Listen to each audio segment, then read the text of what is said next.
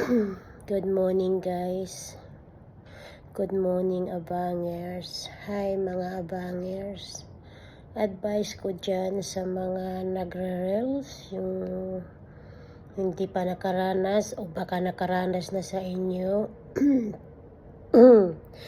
Ako ngayon ay hindi na naman magandang pakiramdam kasi nagkaroon ako ng konting problema sa puso ko.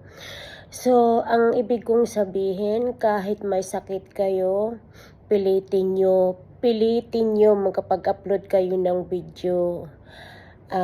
At saka makapag-respond kayo, makapag-follow kayo.